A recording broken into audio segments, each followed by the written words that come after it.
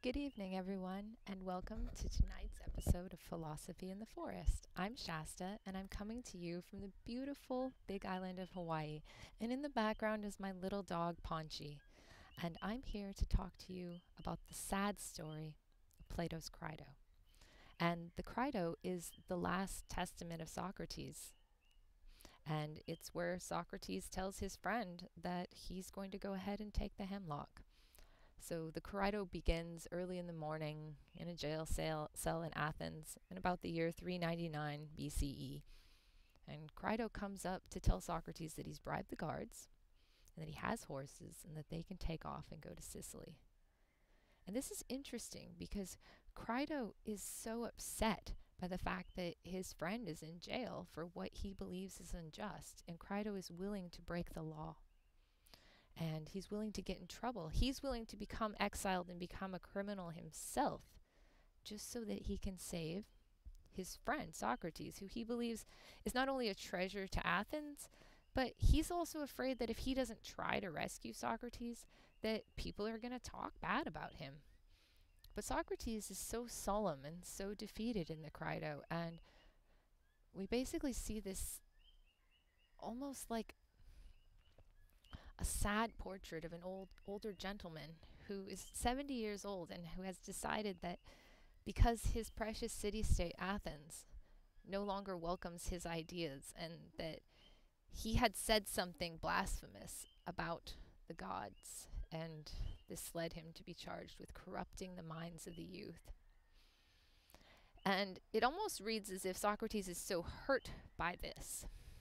And I argue that Socrates is hurt because in Plato's Apology, Socrates says that he is doing the divine will of the gods, that he is a conduit of truth, and it's his message of truth that is there for the people of Athens. And we have some of the greatest allegories in Western philosophy: Plato's allegory of the cave, Socrates' dialogue with Diotima in the Symposium.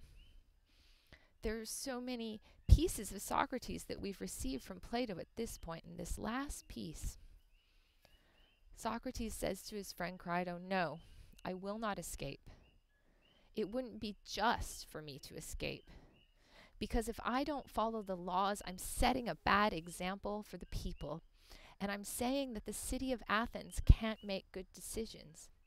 And for Socrates, this will of the people in his argument in the Crito, in his defeated state, he argues that society itself will fall apart if he were to try to escape from prison, and that Crito also would be committing a crime, and that this to commit a crime, even if an act is unjust or unjust in Crito's eyes, is an act of injustice in itself and a wrong against society. And Socrates argues that the good life means to do no wrong, and doing right is to live a life in line with the laws of the society that you are benefiting from. And so here, I think that this is Socrates' response to the profound othering that he felt when he is put on trial, because he was treated like at least a welcomed member of the community, it seems, in the literature. He's talking to Plato's brother. He's participating in the symposium. And so Socrates is a male citizen. He's enjoying Athens. He's enjoying the Athenian life. He's enjoying the camaraderie that he feels when he is able to engage in dialogues with people. And I think at the moment of his trial, maybe when he's in jail, right before Crito gets there, he has this maybe a realization that he's no longer welcome, and it saddens him to the point where he might be coming up with this argument for his friend just so that his friend doesn't feel so bad about this fact that perhaps Socrates himself had lost his will to live.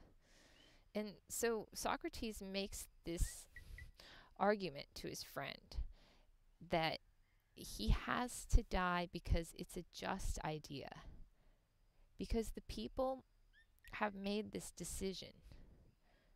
But yet at the same time, Crito is still very broken up, and he's forced to leave his friend there. Socrates says that a part of living rightly is to follow the rules. He almost plays like this literal argument. But Socrates also feels that there's like this importance for him to fulfill this martyrdom. And so we have the first character in Western history who becomes a martyr for his ideas and feels that it's more important to fulfill the verdict of death than to seek justice.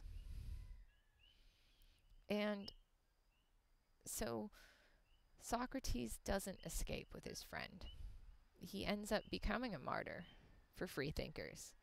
He becomes a martyr for those who think for themselves. And maybe Socrates is really showing somehow that it's so important to him what he said that he wouldn't want to belong to the society that exiled him. And like many people in his time, to live outside your city-state is a death sentence in itself, and it's often not explored, what exile might look like to Socrates. And that although he's a treasured member of the Athenian society, he's also a person who's been exiled from his own society. And for that reason, I think that Socrates decides that it's better for him to become a martyr than a criminal.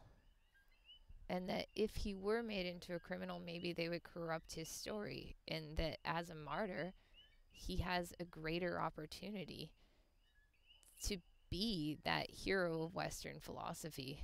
And so in Plato's Crito, we have our first martyr for philosophy. Thank you for joining me, and good evening.